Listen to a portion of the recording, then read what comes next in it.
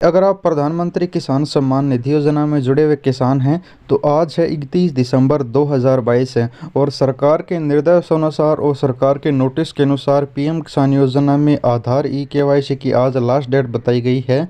अगर आपने अभी आधार ई-केवाईसी नहीं की है तो अभी आप आधार ई-केवाईसी दो तरह से कर सकते हैं। ओटीपी के माध्यम से कर सकते हैं और आप फिंगरप्रिंट के माध्यम से करवाना चाहते हैं तो आपको अपने नज़दीकी सहायता केंद्र यानी सीएससी सेंटर की दुकान पर जाना होगा, फिंगर लगाना होगा, वहाँ पर कुछ चार्ज देना होगा। आज 31 दिसंबर लास्ट डेट बताई गई है। हालांकि हो सकता है कि पोर्टल बंद न हो एक दो दिन, 31 दिसंबर के बाद भी एक दो दिन चले, लेकिन आज लास्ट डेट है सरकार के अनुसार। तो जल्दी जल्दी आधार ई-केवाईसी करवा लीजिए।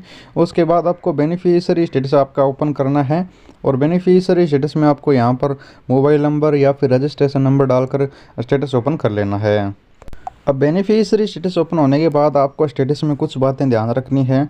अगली किस्त प्राप्त करने के लिए आपका आधार डेमो ऑथेंटिकेशन है वो सक्सेस होना चाहिए। यहाँ पर आप देख लीजिए, अगर यहाँ पर रिजेक्टेड या फिर पेंडिंग है तो आपको पीएम किसान योजना की किस्त नहीं मिल पाएगी।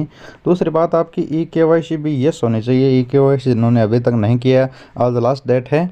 और एलिजिबिलिटी आपकी यस होनी चाहिए। उसके बाद आपका पेमेंट मोड यहाँ पर आधार लिखा होगा, अकाउंट नंबर ना लिखे होंगे।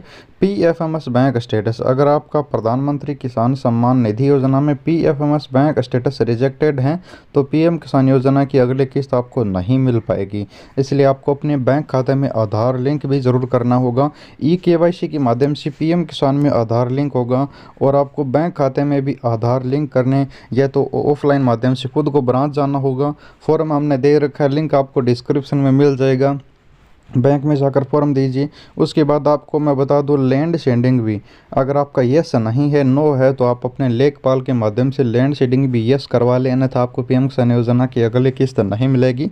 हालांकि लैंड शेडिंग की कोई लास्ट डेट नहीं है, लेकिन मैं आपको बता दूं, लेकिन अगर आप अभी लैंड शेडिंग का काम लेखपाल के माध्यम से नहीं करवाते हो तो आपकी जो अगली किस्त मिलने वाली है तो आपका पैसा उसके बाद आएगा, क्योंकि सुधार होने में इतना समय लग जाएगा और अगली किस्त आने की संभावनाएं बहुत ही जल्द बताई जा रही हैं।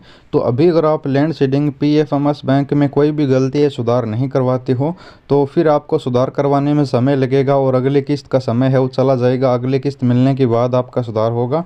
लेकिन अगर आप ई-केवाईसी की लास्ट डेट के साथ ही सुधार करवा लेते हो आज ही, तो आपका पीएम किसान योजना की अगली किस्त के समय पैसा भी मिल जाएगा, नहीं तो आपको वेट करना पड़ेगा, किस्त नहीं मिल पाएगी।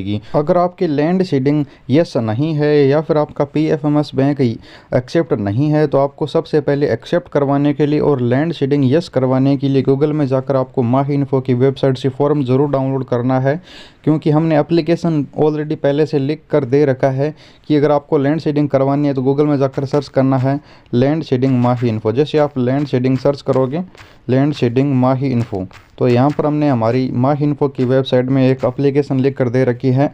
डायरेक्ट आपको लेखपाल को ले जाकर देनी है और यहाँ पर हमने दस्तावेज भी बता रखे हैं, सभी जानकारी दे रखी है। आप 2-3 दिन के अंदर ही लैंड शेडिंग यस करवा सकते हो। दूसरा, अगर आपका पीएम किसान योजना में PFMS bank rejected under revolution है तो आपको सर्च करना है पीएम किसान पीएफएमएस बैंक रिजेक्टेड माही इन्फो।